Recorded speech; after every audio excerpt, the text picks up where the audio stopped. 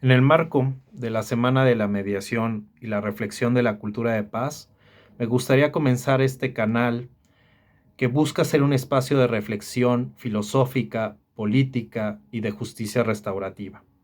Me parece que esto es importante porque se tiene que hacer un trabajo de repensar, de reformular nuestro pensamiento político y filosófico a la luz de las experiencias que nos está brindando el paradigma restaurativo, para que precisamente estas prácticas, estos procesos, puedan realmente desplegar todo su potencial. ¿Por qué? Porque me parece que en el paradigma restaurativo tenemos la posibilidad de construir nuevas prácticas de quehacer político y jurídico.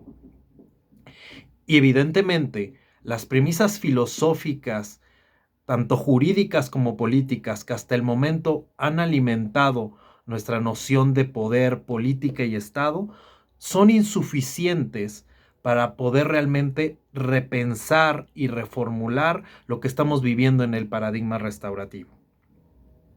Una pensadora que me parece que nos puede ofrecer algunos elementos para realizar esta reflexión es Hannah Arendt. Hannah Arendt es una pensadora alemana de origen judío que le toca precisamente la experiencia del Holocausto y ante el exceso de violencia, desconocimiento de derechos humanos y atrocidades de aquella época, es como ella se plantea tres preguntas fundamentales que me parece que todo facilitador de procesos de paz se topa al momento de entrar en contacto con un conflicto. Hannah Arendt, ante la experiencia de la Primera, de la Segunda Guerra Mundial, se hace tres preguntas. ¿Qué fue lo que pasó? ¿Por qué pasó? ¿Y cómo fue que pasó?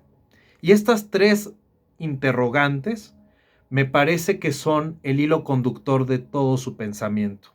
Así como en Kant encontramos tres interrogantes que son ¿qué puedo conocer?, que él desarrolla en la crítica de la razón pura.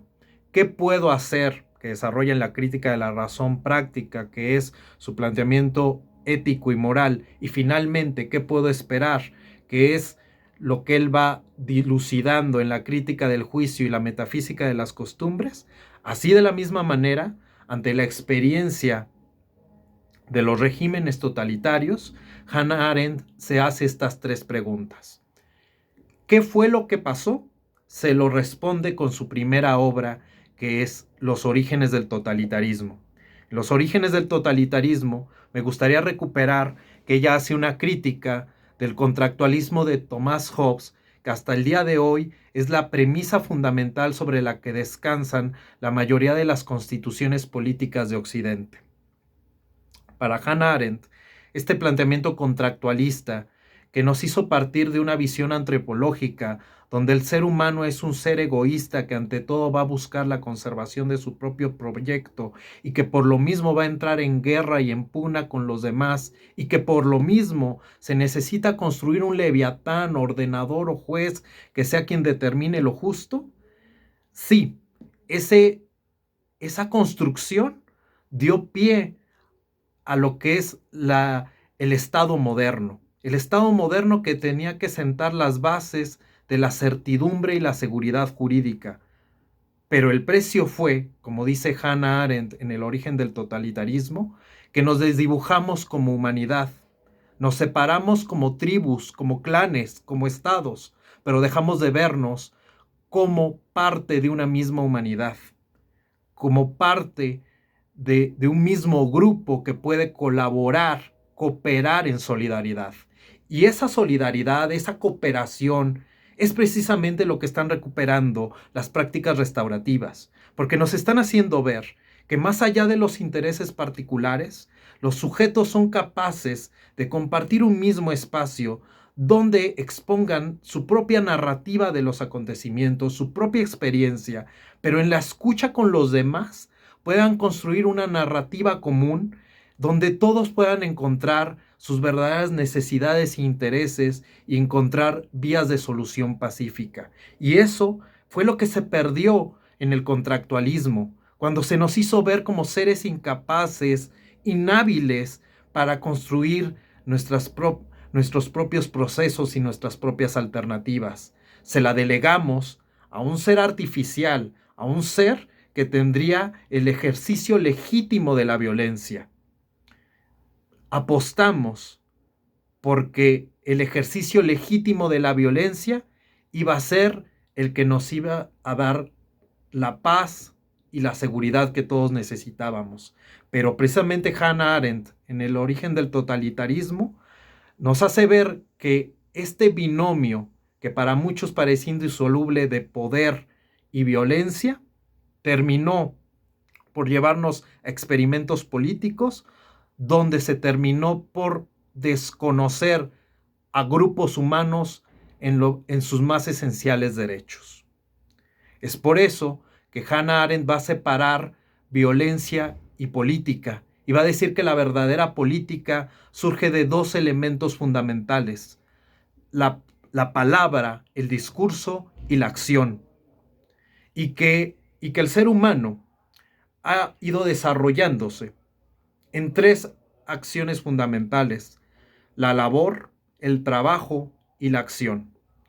Es en estas tres actividades fundamentales como ella va a dar respuesta a su siguiente interrogante: ¿por qué pasó? ¿Y por qué pasó? Porque los seres humanos hemos ido desarrollándonos a través de una serie de actividades en las cuales, dándole preferencia a una sobre otras, nos hemos desdibujado en lo humano.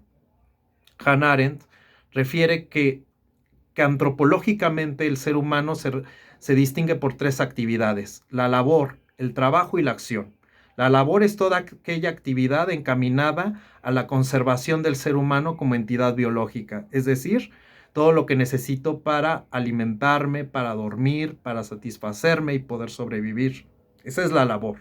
El trabajo es la construcción del mundo, la construcción de ese espacio de aparición que comparto con otros seres vivos y otras cosas materiales.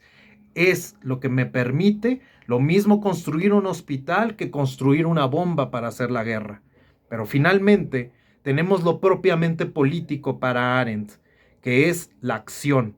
Y la acción se da para Arendt en un espacio de aparición, donde nos encontramos con otros que son semejantes, pero también distintos a nosotros, en algo que ella llama la condición de pluralidad. Es decir, todos en lo particular somos portadores de una historia intransferible, a través de la cual nos revelamos y nos mostramos quiénes somos y cuál es nuestra historia. Y cuando la vamos compartiendo con otros, nos damos cuenta que formamos una trama común. Una trama común que no tiene que estar en pugna una con la otra, sino que puede realmente llegar un momento en que las distintas tramas se comprendan como una sola unidad, como una sola narración, que cada participante pueda comprender, reformular y construir política de forma pacífica. Esto me parece que es lo que sucede en las prácticas restaurativas. Encontrarnos en un espacio de aparición donde los sujetos, siendo distintos en historia, en cultura, en cosmovisión, nos encontramos ante un mismo escenario, ante un mismo conflicto, y podemos contar nuestra propia perspectiva y nutrirla con la de los demás, y a partir de ahí hacer una trama común que nos lleve a la propia comprensión y a la reconciliación.